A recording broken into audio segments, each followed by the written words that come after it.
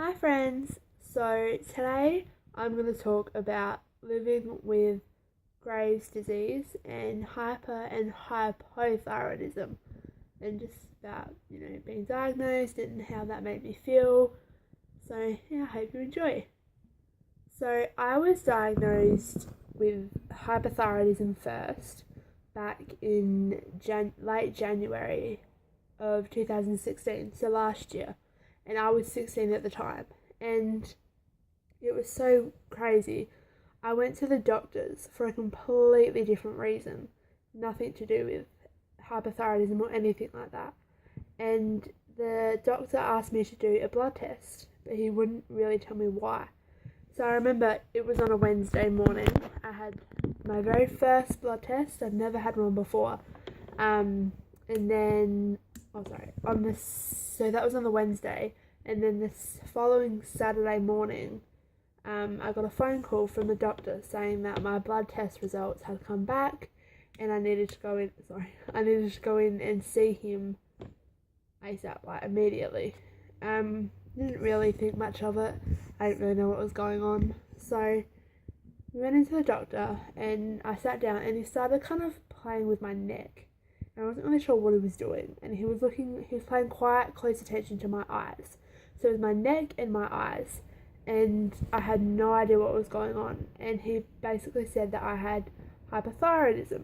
Now, I'm not gonna lie, no idea what that was.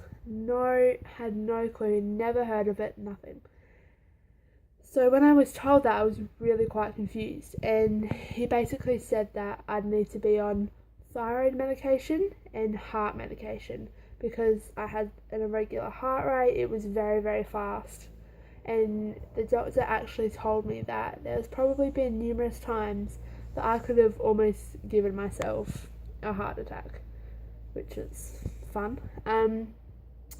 So yeah, thyroid medication and heart medication, and I'd need to go see a specialist at a children's hospital, an endocrinologist. And he told me that the reason he made me take a blood test was because my eyes were quite bulgy or poppy. He basically said they were popping out of my head, and I had taken zero notice of it. So once we left the doctors, I kind of Googled hypothyroidism and all the symptoms. And I swear to you, once I Googled all the symptoms and read them all, it was almost like hypothyroidism was a puzzle piece, and it made sense of how I'd been feeling for years, because I had, hand tremors, like my hands were always shaky. Obviously I had an irregular heart rate, I had sensitivity to heat, and all the symptoms were all things I had dealt with.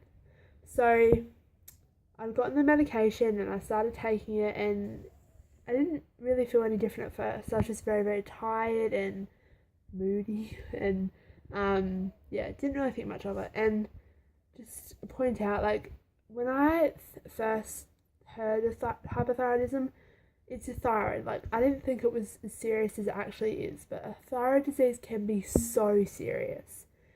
And yeah, if you think you have any symptoms, just go get checked because it is so, so serious. So fast forward a couple of weeks, I went to see the specialist at the hospital. I went to the endocrinologist, and they tried to work out what the cause was of my hypothyroidism and why my thyroid was so overactive, because it was very, very high. And the only thing that they brought it down to was it being Graves' disease. And Graves' disease is an autoimmune disease. So Graves' disease can either be genetic or autoimmune, and mine has absolutely nothing to do with genetics, everything to do with autoimmune. So I stayed on medication. I was on 6 or 8 tablets a day, and that was constantly being brought up and down, and my medication was always being changed. And I kind of went through a lot of it was hard. I was very, very tired all the time. I had very low energy. It made it hard to really do anything. I was exhausted. And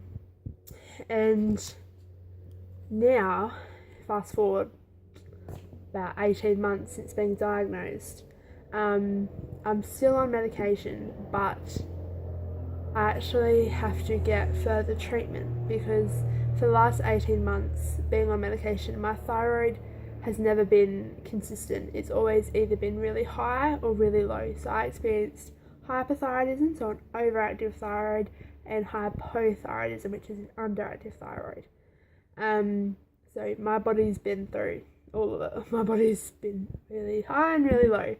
And actually just the other day I spoke to a specialist on the phone, a different specialist, because I'm now 18, so I had to go to an adult, like a normal hospital. They basically rung me and said that because of the severity of my Graves' disease, I will need to get further treatment done. So I've got till November of this year, so like a month and a half, not even, to decide whether I go on radioactive iodine, which is, I think it cures off the thyroid, I'm not sure, or get it surgically removed. So I guess I'll just have to speak to the specialists and see what's best for me. But yeah, so that's my little story of Graves' disease. It's not really much else that I can say. Like, it was exhausting, and it's like because it's an autoimmune disease, basically my body is like fighting itself every day, but it could be worse. I can still walk, I can still talk. It doesn't, sometimes it can affect my dancing.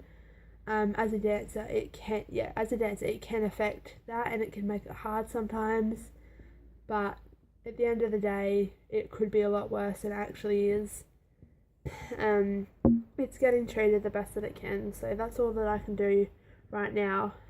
But like I said before, hypothyroidism, any thyroid disease, any autoimmune disease, it's actually very, very serious. And if mine wasn't treated, and if I never had that blood test, I was basically told that I probably wouldn't be here today, which can sound very dramatic, but it's true. Just because my heart rate was so high. So if you feel like anything is wrong, or if you look at the symptoms of it and anything that you've experienced, I would 100% recommend going to a doctor and just getting a blood test just to be sure.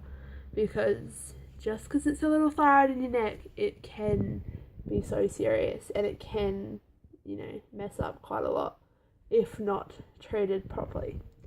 So yeah, it's my little story of living with Graves' disease and hyper and hypothyroidism.